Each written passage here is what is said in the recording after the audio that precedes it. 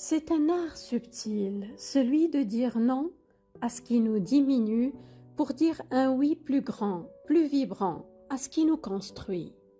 Explorons ensemble comment utiliser le langage pour poser un cadre clair, désamorcer les manipulations et tenir sa place dans la conversation. Il ne s'agit pas de convaincre l'autre, mais d'énoncer clairement et fermement ce que vous tolérez ou non. La relation entre deux personnes est comme une symphonie, un entrelac délicat de notes où chaque instrument a sa partition, son timbre unique et son moment de briller. Il suffit qu'une seule note soit forcée, qu'un seul instrument cherche à couvrir tous les autres pour que l'harmonie se brise et ne laisse place qu'au bruit, qu'au conflit. Après avoir navigué dans les eaux troubles d'une emprise narcissique, le monde relationnel peut sembler être une carte dont les contours sont brouillés. On a soif de connexion, mais on a aussi appris à avoir peur. Notre partition intérieure a été brouillée. On a joué faux pour ne pas déplaire. On s'est effacé pour laisser l'autre dominer le mouvement. On a oublié le son de sa propre voix, de sa propre partition. Aujourd'hui, je vous propose une boussole, non pas une liste d'interdits, mais une série de reflets, de petites lumières pour reconnaître les ombres qui entravent nos connexions et apprendre à tisser enfin des liens qui libèrent et qui nourrissent. Je suis Fatem Zahra Alami, thérapeute relationnelle. Je décode pour vous la symphonie humaine et ensemble réapprenons à écouter, à reconnaître les fausses notes relationnelles qui griffent l'âme pour retrouver le chemin de cette musique subtile et puissante, celle des liens qui libèrent. Nous allons explorer ensemble des situations du quotidien où la musique dissonante d'une relation toxique se fait entendre. Et nous verrons comment, en posant des limites, vous pouvez réécrire votre propre partition pour ne plus jouer faux, mais jouer juste pour vous. On va décortiquer 4 situations très précises. Ce ne sont pas des étiquettes à coller sur les gens, mais des clignotants, des signaux qui nous disent « Attention, ici la qualité du lien est peut-être en danger ». Cela nous permettra de distinguer dans le concret du quotidien les dynamiques qui nous étouffent de celles qui nous font grandir. La première situation, je suis sûre qu'elle résonne en vous, c'est celle où l'on se sent obligé de justifier sa partition. On explique note après note ses choix, ses silences, ses crescendo émotionnels. Vos mots se heurtent à une surface lisse et froide. C'est comme jouer une sérénade à un mur de pierre. Aucune vibration ne revient, juste le son vide de votre propre voix qui se perd, au pire, qui vous est renvoyé déformé par un « oui, mais » qui n'écoute pas. Au pire, un déni pur et simple. Vous vous sentez obligé d'expliquer longuement vos choix, vos émotions, vos besoins. Vous préparez presque un dossier avec preuve à l'appui. Et face à vous, c'est le néant. Vous cherchez une harmonie, un simple accord de reconnaissance, et rien, aucun écho, un mur. Vos mots tombent dans un puits sans fond. La limite à poser ici n'est pas de jouer plus fort, n'est pas de mieux argumenter, parce que ce n'est pas une question de volume, mais de résonance. La limite, c'est cesser d'expliquer par une phrase simple intérieure d'abord, à vous-même, ma musique n'a pas besoin d'un public pour exister, mon ressenti n'a pas besoin de preuves pour être valable. Puis, vous exprimez si nécessaire à l'autre. Je vois que nous ne sommes pas sur la même longueur d'onde. Inutile d'en parler plus longtemps.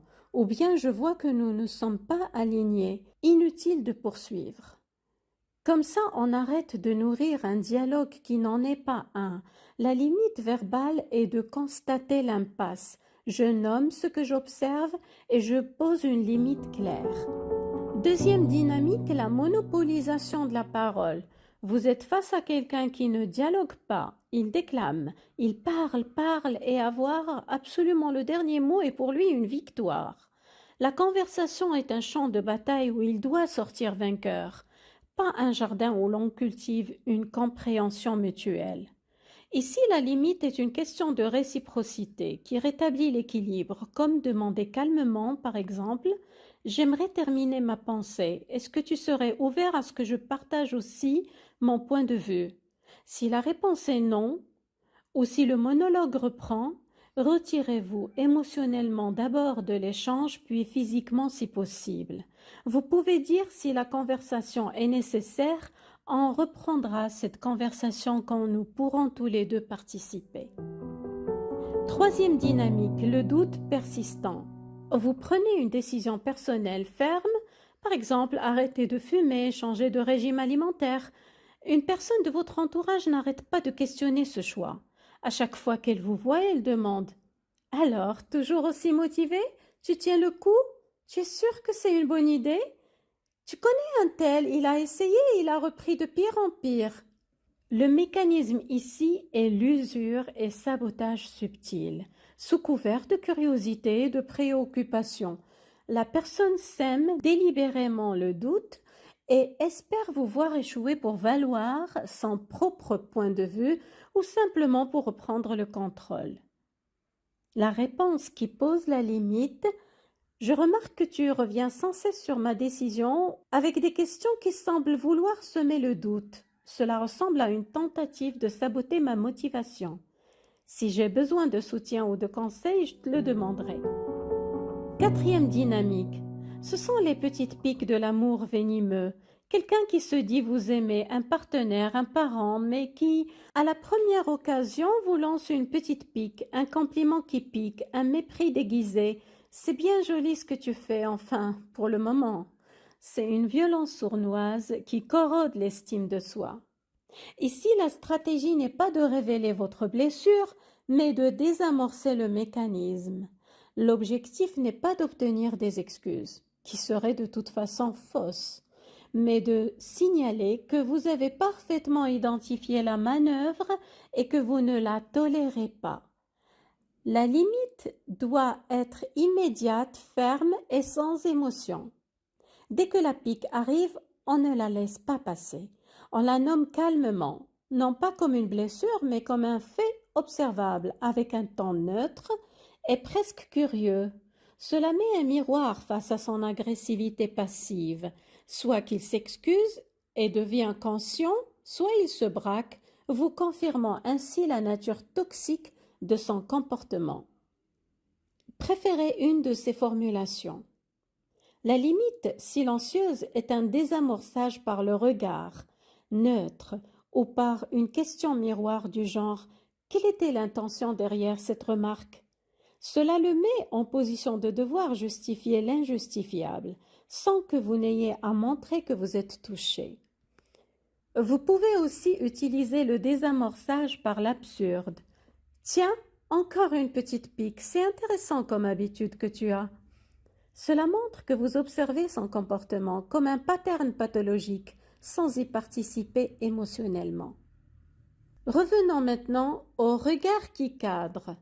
Cette technique consiste à accuser réception de la remarque par un simple regard appuyé, neutre et légèrement interrogatoire, suivi d'un silence de quelques secondes. Puis vous détournez le regard et reprenez la conversation comme si de rien n'était. La pique est lancée. Vous vous taisez et tournez lentement votre regard vers la personne. Vous maintenez un contact visuel neutre, sans colère, sans tristesse, sans peur, pendant 2-3 secondes. Imaginez que vous regardez un panneau de signalisation. Vous constatez un fait, sans émotion. Vous pouvez avoir une très légère inclinaison de la tête, comme si vous étiez intrigué par l'étrangeté du comportement. Vous rompez ensuite le contact visuel et vous revenez au sujet initial. Comme je le disais donc, ou vous posez une question à quelqu'un d'autre dans le groupe. Ça marche parce que c'est désarmant. Le manipulateur cherche une réaction verbale ou émotionnelle. Un silence et un regard calme lui renvoient l'image de son propre comportement sans le valider. C'est élégant, Cela montre un immense self-control et une forme de supériorité sociale. Vous ne vous abaissez pas à vous justifier. C'est une punition immédiate pour une personne qui cherche l'attention, même négative. Se voir répondre par un silence et un regard neutre est la pire des sanctions. Elle n'obtient rien. Vous gardez le pouvoir. Vous terminez l'échange à votre manière, en recentrant la conversation sur ce qui vous importe et vous ne fuyez pas, vous maîtrisez le cadre. Le message non verbal envoyé ici est clair. J'ai entendu, j'ai identifié la manœuvre, elle n'a eu aucun effet sur moi, elle ne mérite pas plus d'attention que ça. C'est une limite posée avec une immense classe et une fermeté absolue. Le dénominateur commun à toutes ces réponses, face à toutes ces micro-manipulations, est qu'elles sont non énergétiques. Elles nomment le mécanisme et posent une limite claire. Une limite aidante n'est pas une explication sans fin. C'est une phrase concise, un regard qui stoppe net, une question qui renvoie l'autre à sa propre responsabilité. C'est l'art de dire non avec une élégance qui désarme et de dire stop avec une clarté qui ne laisse place à aucun malentendu. Alors, prenez le temps d'écouter la qualité du silence après une conversation. Écoutez la musique que les autres composent avec vous. Vous méritez des relations qui sont des duos, des trios, des chœurs entiers, où chaque voix est respectée et où la symphonie qui en résulte vous élève au lieu de vous diminuer. Prenez soin de votre partition. Prenez soin de vous.